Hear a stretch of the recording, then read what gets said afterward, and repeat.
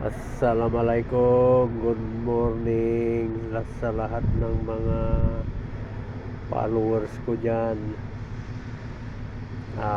Isi-share ko lang itong konting kaalaman ko dito sa pagmimekaniko ng generator.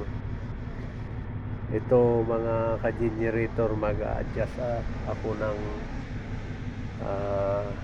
valve tappet or valve clearance.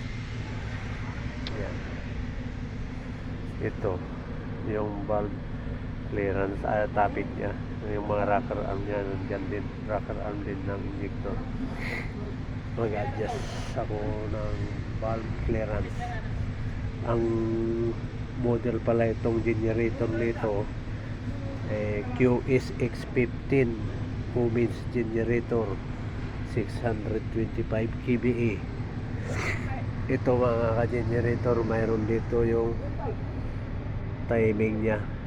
Dito ang guhit, kung makikita nyo, may guhit dito sa cover ng gear cover. Itapat mo yung yan 1.6, tapos TDC, top dead center. Ito 1.6. yan, ibig sabihin i-check mo kung nasaan yung, kung naka sa 1 ka mag-a-adjust o sa number 6.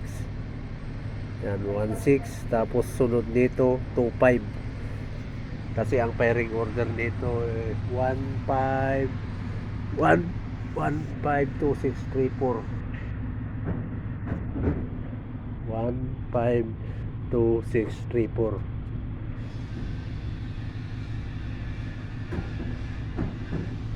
Yan. Tapos dito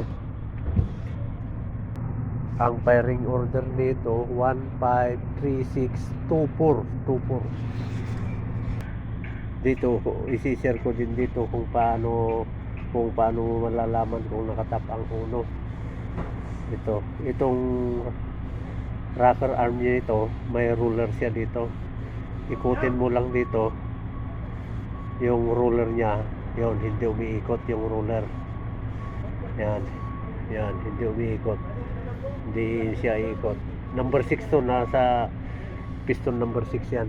Ito naman, punta ako sa piston number 1. Ikutin ko yung yan, roller niya, yan, umiikot siya. Kung makikita nyo, umiikot siya, ikot kabilaan. جوني Sir, ما في مشكلة، أنا أشيل JR wala Arnel? أرنل يبغى. Mga ka-generator, isi-share ko lang din sa yung mga konting kaalaman ko dito sa pagmimekaniko ng generator. Kaya sana sa mga baguhan dyan na kagaya ko, makakapulot din kayo ng idea kung paano mag-adjust ng valvula ng QSX15 Cummins generator 625 kVA. Okay mga ka-generator, sige na, itutuloy ko muna yung pag-adjust ko ng valvula. Thank you for watching. God bless you all.